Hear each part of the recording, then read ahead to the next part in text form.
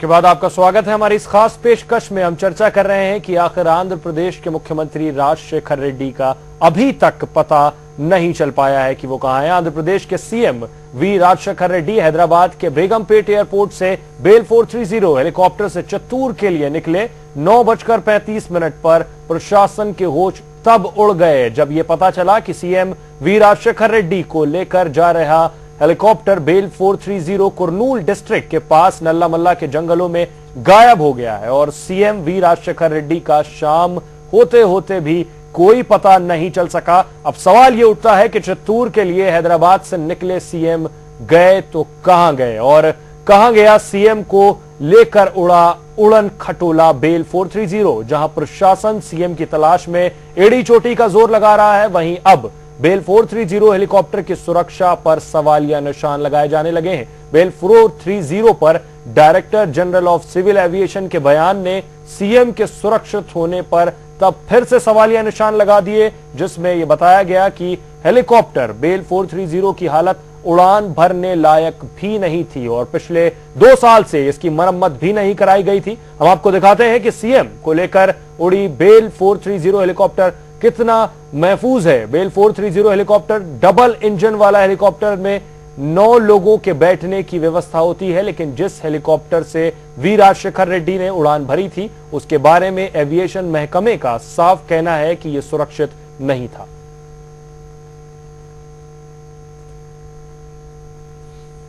मयंक जैन हमारे साथ मौजूद है, नक्सल एक्सपर्ट। मयंक जी, आपसे जानना चाहेंगे कि जिस इलाके में इमरजेंसी लैंडिंग हुई, ये इलाका आखिर किस तरह का है, कितना खतरनाक है एक आम आदमी के लिए?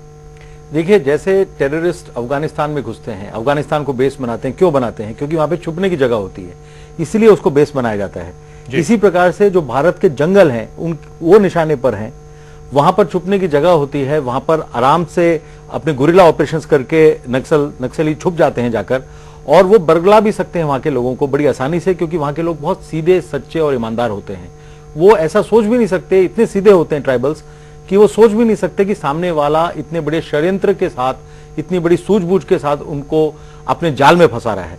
और एक बार उसको कोई कुछ पैसे दे देता है या उसको कोई गिफ्ट दे देता है तो वो उसके प्रति बहुत लॉयल हो जाता है, उसकी निष्ठा उसके प्रति हो जाती है। इस बात का फायदा उठाकर ये लोग भोले भाले ट्राइबल्स को फंसाते हैं, उनको अपनी विचारधारा की तरफ लाते हैं, वो धर्म को मानते हैं, जो उसकी किताबों को वो जला देते हैं। मैंने इंटरव्यूज किए हैं जो नक्सलाइट्स के विक्टिम्स हैं, उनको अपने धर्म को फॉलो नहीं करने देते और उनको मारते हैं, उनकी लड़कियों को उठा के ले जाते हैं, उनके साथ बदतमीजी करते हैं, उनको उठाते हैं और फिर उनको नक्सली बना देते हैं। एक और परेशानी है कि खराब मौसम जरूर एक परेशानी है, तकनीकी खराबी जरूर एक परेशानी है, लेकिन जहां इमरजेंसी लैंडिंग हुई है वो नक्सली प्रभावित इलाका था, ये एक और ज्यादा बड़ी परेशानी है। आशुतोष हमारे साथ जुड़ रहा है। आशुतोष, एक बड़ा सवाल है, ज्यादा बड़ी परेशानी यहां ये नजर आ रही है, सबको ये ज्यादा डर सता रहा है कि जिस इलाके में इमरजेंसी लैंडिंग हुई है वो नक्सलियों से प्रभावित है। क्या कहेंगे आप? देखिए सुहेल, जैसे अभी मयंक जी कह रहे थे, नक्सलियों को कैसे ये अपने नक्सली जो गरीब वहां पे होते हैं, नक्सली लीडर्स, ये वहां के जो गांव वाले हैं उनको कैसे अपने तरफ से फंसा लेते हैं, अपने जाल में फंसा लेते हैं, चाहे ट्राइबल हो। ऐसे सुहेल, आपको पता होगा जब हम वहां पे नक्सली एरिया कमांडर के इंटरव्यू करके लाए थे, वो उनके जो थ्योरी था, उनके बाद पूरे गांव में वो इस तरह से घुस जाते हैं, जो ट्राइबल है वो सब उन्हीं के लिए सब कुछ समर्पण करने के लिए तैयार हो जाते हैं। सो इसका फायदा जरूर हुआ है। और ये नल्ला वाला जो जंगल है कुरनूल डिस्ट्रिक्ट में, और इतना घना जंगल है, उसके बाद यहाँ पे बहुत सारे आदिवासी और ट्राइबल रहे हैं, और उसके बाद इनको अगर सरकार के तरफ से, सरकार के खिलाफ इनका लड़ाई हमेशा एडमिनिस्ट्रेशन के खिलाफ रहा है, और उसके बाद यहाँ पे रात को घने जंगल, बारिश और तेज हवा के साथ ये बहुत ही मुश्किल बात है कि वहां पे कोई भी जाए। आपके पास फोर्स हो, लेकिन उनके पास उसी जंगल में वो रहते हैं, उसी एरिया में वो रहते हैं। चाहे अपने पास, आपने देखा होगा कई सारे नक्सली हमला ऐसा हुआ है जो उनके पास भी उतने ही आधुनिक हथियार मौजूद है जितना हमारे पुलिस या फोर्स के पास है। चलो ये सब अलग बात है, लेकिन आज जहाँ पे चीफ मिनिस्टर फंसे हुए हैं, अगर वहां पे नक्सली प्रभावित, इसीलिए डर ज्यादा बढ़ जाता है और सरकार की परेशानी ज्यादा बढ़ जाती है। सरकार की परेशानी ज्यादा बढ़ जाती है। मयंक जी, आपसे जानना चाहेंगे, क्या ऐसे में फॉरेस्ट डिपार्टमेंट किसी तरह की कुछ मदद कर सकता है?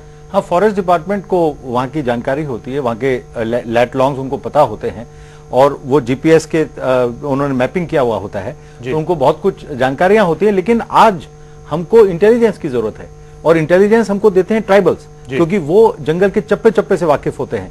छत्तीसगढ़ में सलवा जुडूम नाम का एक मूवमेंट है जो कि लोकल ट्राइबल्स का मूवमेंट है। आज आंध्र प्रदेश सरकार शायद सोच रही होगी कि काश हमारे पास भी सलवा जुडूम जैसा एक मूवमेंट होता, और वहां पर जो ट्राइबल्स थे, वहां के लोकल ट्राइबल्स। लेकिन आप क्या इस बात से इत्तेफाक नहीं रखते कि इस लेवल पर हमारी इंटेलिजेंस सबसे ज्यादा वीक है? हाँ बिल्कुल, हमारी इंटेलिजेंस, देखिए इंटेलिजेंस कैसे मिलती है, अब वहां के जो लोकल लोग हैं जो चप्पे चप्पे में रहते हैं वही हमको इंटेलिजेंस दे सकते हैं। हम बाहर से आदमी लाकर वहां अगर रखेंगे तो वो इंटेलिजेंस आपको नहीं दे पाएगा, क्योंकि सब लोगों को मालूम पड़ जाएगा कि ये बाहर से आया है, तो उसके सामने बहुत सारी चीजें होंगी जो उसको पता ही नहीं चलेंगी। लेकिन जो वहां का लोकल आदमी है, इसीलिए मैं कह रहा था सलवा जुडूम जैसा मूवमेंट इसीलिए बहुत इंपॉर्टेंट है, क्योंकि सुरक्षा बलों को एक तो वो वहां की लोकल भाषा जानता है, तो सुरक्षा बलों को दिक्कत नहीं होती अंदर जाने में, उससे उसको सारी जानकारियां भी देता रहता है, तो कहां जाना है ये भी पता होता है सुरक्षा बलों को। तो इसलिए मैं चाहता हूं कि सलवा जुडूम जैसा मूवमेंट। लेकिन अब क्या वजह है? नक्सलियों का मकसद बदल चुका है, अब वो उनके यहां खुद भी विकास किया जाता है तो खुद भी विकास नहीं चाहते। नहीं, नक्सली कभी भी विकास नहीं चाहते। ये यहाँ पे दिल्ली में बैठे हुए लोग सोचते हैं कि नक्सली विकास चाहते हैं, नक्सली वास्तव में विकास के दुश्मन है। नक्सली जो हैं वो चाहते ही नहीं कि सड़क वहां पर आए, क्योंकि सड़क अगर वहां आ जाएगी तो पुलिस भी आ जाएगी, सुरक्षा बल भी आ जाएंगे, तो वो चाहते हैं कि ये मेडिवल पीरियड में रहे, ये जो है ये मध्यकालीन भारत में ले जाएं उस जगह को, और उसमें कोई भी टावर्स वो तोड़ते हैं, जो मोबाइल के टावर से वो विस्फोट से उड़ा देते हैं, जो पावर अगर आप देना चाहें तो उसको उड़ा देते हैं, किसी नई इंडस्ट्री को नहीं आने देते जिससे वहां के लोगों को रोजगार मिल सकता, अगर वहां पे गरीबी हट सकती थी। ये सब नक्सली गरीबी को अगर नहीं बढ़ाएंगे तो लोग कैसे जुड़ेंगे उनके साथ, क्योंकि उनकी दुकानदारी चलती है लोगों को गरीब रखने में, लोगों को बाहर की दुनिया से इंफॉर्मेशन नहीं मिले, सूचना नहीं मिले, पता नहीं चले क्या हो रहा है। अगर सड़क वहां पे बन जाएगी तो नक्सलियों का खेल खत्म हो जाएगा जी। तो इसलिए जो भी आज मैं सोचता हूं कि जिन राज्यों में ये काम तेजी से हो रहा है, ऐसी जगहों पर सड़कें बनाई जा रही हैं, वहां पर डेवलपमेंट पहुंच रहा है, तो वो नक्सली इसीलिए अपोज कर रहे हैं उनको जी। नक्सली इसलिए अपोज कर रहे हैं क्योंकि फिर उनके लिए मुश्किल हो जाएगा ट्राइबल एरियाज में कब्जा करना जी। आशुतोष, एक आखिरी सवाल आशुतोष आपसे जानना चाहेंगे, अब ऐसे में क्या मिनिस्ट्रीज से खबरें आ रही हैं अंदर से छन के, ये क्या उनके पास ऑप्शंस रह गए हैं, या वो अभी भी उतने मजबूत नजर आ रहे हैं, या हथियार डाल रहे हैं?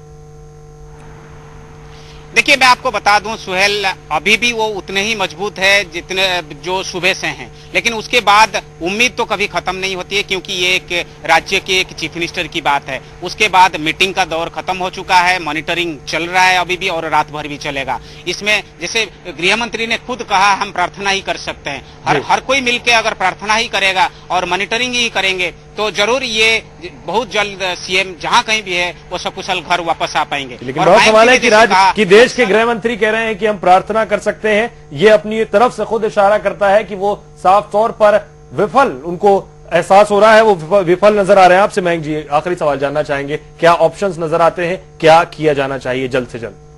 जल्द से जल्द हमको जो भी हमारी फोर्सेज हैं, ग्रे हाउंड्स है वहां पर आंध्र प्रदेश में, जो एंटी नक्सल फोर्स जो some of the best in India, वो उसका इस्तेमाल, उन लोगों को मालूम है कि क्या करना है जी। फिर जंगल वॉरफेयर कॉलेज है छत्तीसगढ़ में, कांकेर में, वहां पे वहां के लोगों को इतना कर दिया गया होगा। फिर जो वहां पर आर्मी के लोग हैं, जो बैंगलोर में बेस है एयरफोर्स का, ये सब लोग हमारे पास पूरी सक्षम लोग हैं, हमारे पास कमांडोज हैं, हमारे पास जंगल वॉरफेयर में ट्रेंड लोग हैं छत्तीसगढ़ से, वो लोग जाएंगे, ग्रे हाउंड्स। तो ये सारे के सारे लोग मिलकर ये इस वक्त कोई ना कोई बहुत बड़ा प्लान उनके पास होगा, कैसे वो घुसेंगे, कैसे वो पैराशूट के जरिए या पैराड्रॉप किए जाएंगे लोग, और कैसे वो जंगलों में जानते हैं 15 दिन तक वो रह सकते हैं बिना पानी पिए, बिना कुछ किए। इस तरह की ट्रेनिंग उनको जंगल वॉरफेयर कॉलेज कांकेर में दी जाती है।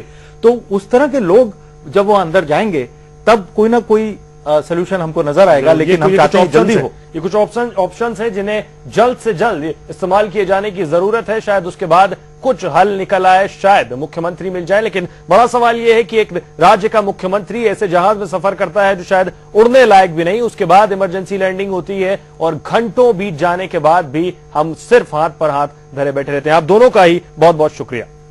और फिलहाल के लिए इस पेशकश में इतना ही। ताजा तरीन खबरों के लिए जुड़े रहिए P7 न्यूज के साथ। नमस्कार।